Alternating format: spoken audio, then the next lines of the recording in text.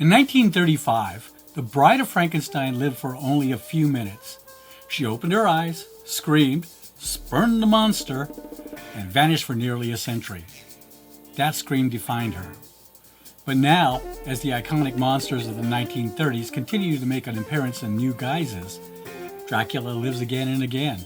One character has been left tantalizingly incomplete: the bride. This movie poses a question that the original could never answer. What if she lives? We explore the movie genres of sci-fi, horror, action-adventure, prop culture, and all things geek. Hello everyone. This first part of the video is a non-spoiler analysis of The Bride, 2026, just to be clear, written and directed by Maggie Gyllenhaal. We will examine how the movie reworks the Frankenstein legend, how its craftsmanship reworks the legend of creation, and how a cast with a deep history of collaboration brings this new bride to life. Spoilers are clearly indicated later in the video. Hi, I'm Rob, and welcome to A Constantly Racing Mind.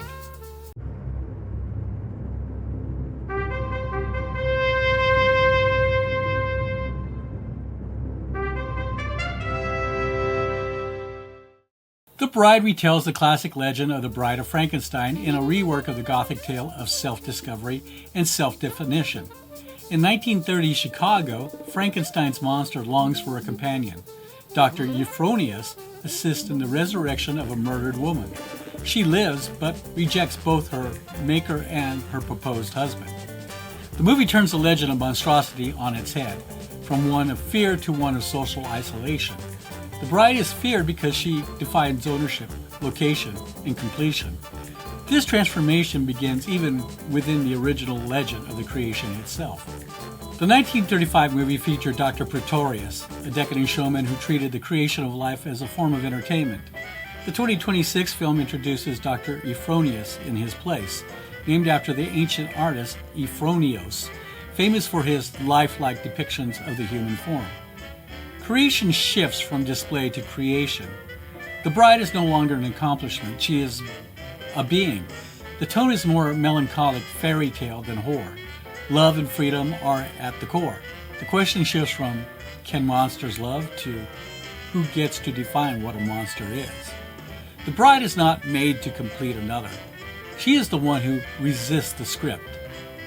When you see the Warner Brothers shield before the titles of The Bride, there's a flicker of cognitive dissonance. For nearly a century, Frankenstein and his bride have been the crown jewels of Universal Pictures. So how did Maggie Gyllenhaal's vision end up across town? The answer begins with the 2023 strikes and the shifting tide at Netflix. This was originally a Netflix project, but as the budget climbed toward $80 million, eventually crossing the $100 million mark with reshoots, Netflix walked away. They chose instead to consolidate their bets on Guillermo del Toro's Frankenstein adaptation. Enter Michael DeLuca and Pam Abdy at Warner Brothers, who saw an opportunity to rescue a prestige gamble that everyone else was calling too risky. But what about Universal? Why aren't they protecting their most famous monsters? The reality is that Frankenstein's monster is a creature of two worlds, the literary and the visual. Mary Shelley's 1818 novel is in the public domain, meaning the name Frankenstein and the core concept of a reanimated corpse are free for anyone to use. However, Universal still holds the copyright to the archetypal image, the flat top head, the neck folds, and that specific shade of green skin. By setting the bride in a grimy punk rock 1930s Chicago and swapping bolts for inky black resurrection tar, Gyllenhaal and Warner Brothers have executed a clever legal sidestep. They've managed to evoke the classic Gothic atmosphere without touching Universal's trademarked iconography. It's a move that transforms the character from a studio property back into what was always meant to be, a myth that belongs to everyone. Maggie Gyllenhaal's film career has consistently dealt with women living in the shadow of expectation and struggling to break free. From secretary to kindergarten teacher to her directorial debut in The Lost Daughter, her films investigate identity living under social engineering. The Bride continues this line of inquiry into mythology. The most iconic constructed woman in horror is now one of refusal rather than completion. Gyllenhaal has said that the bride is a woman made for another who must find her voice. a statement against the imposition of perfection. The film is less a monster reboot and more a reclaiming. The bride moves from object in Frankenstein's tale to a subject of her own.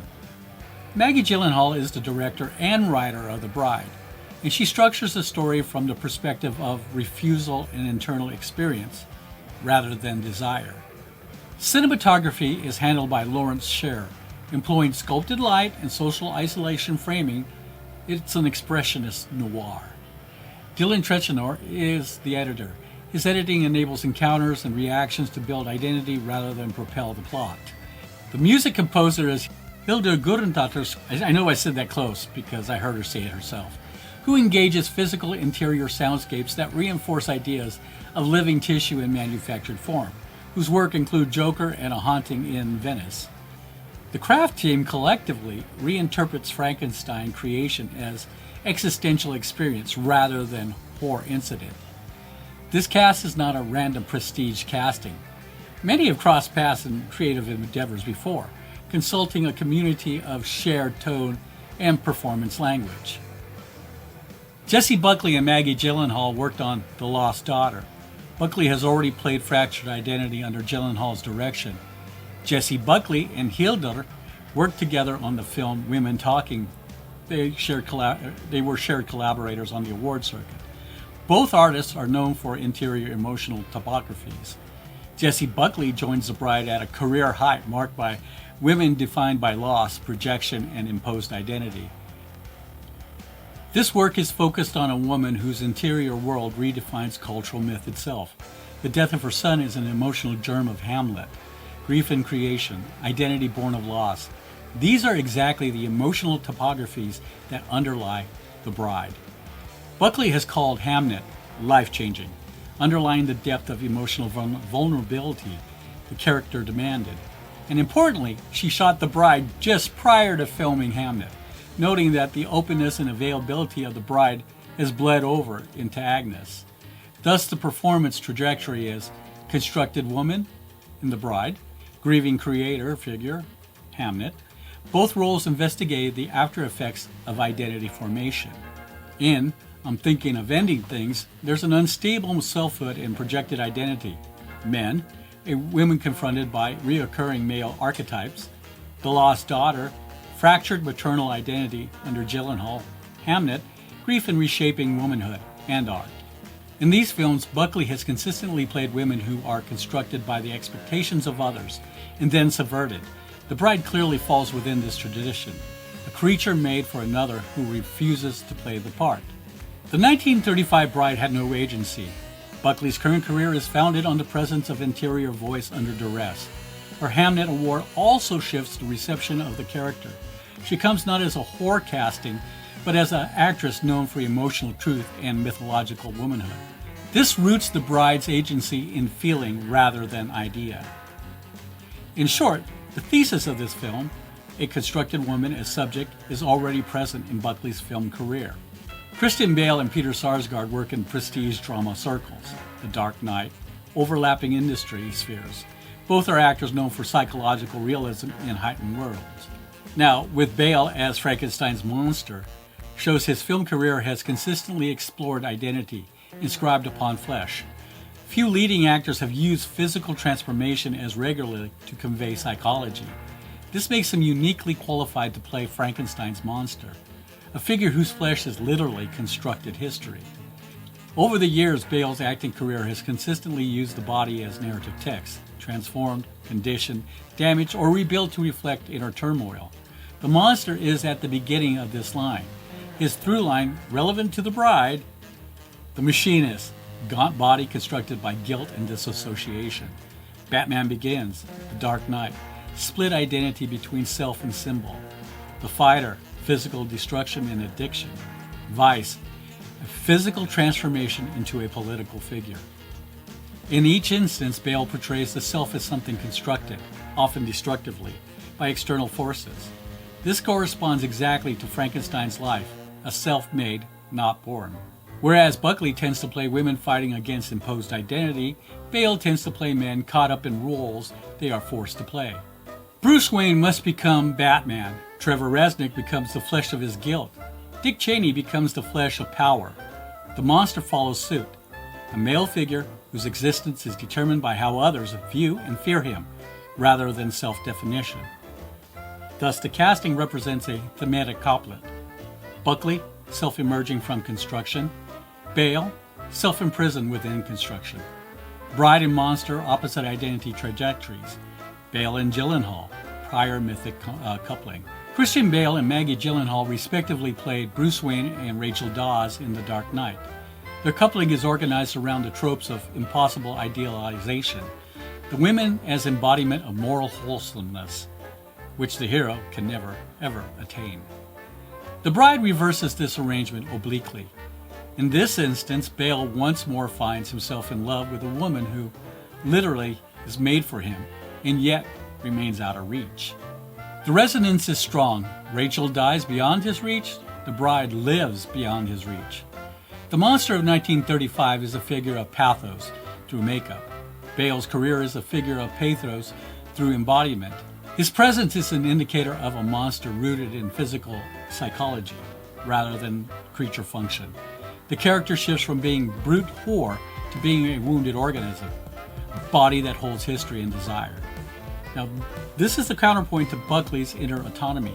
She becomes, she was made. Together they reenact the pivotal question of the myth. Is identity chosen, imposed, or constructed? Then there's Peter Sarsgaard as Detective Jake Wiles. Sarsgaard's on-screen presence is one of controlled authority facing instability. He has played men situated within systems of law, medicine, media, and military who are confronted with something they cannot fully grasp or control. This makes him a natural fit for the role of social order, facing the unclassifiable bride. His casting is also a personal note, as Sarsgaard is Maggie Gyllenhaal's husband and longtime collaborator. He acts within a world created by his wife. Again, a real-world creator-observer relationship that quietly reflects the film's preoccupation with who controls whom.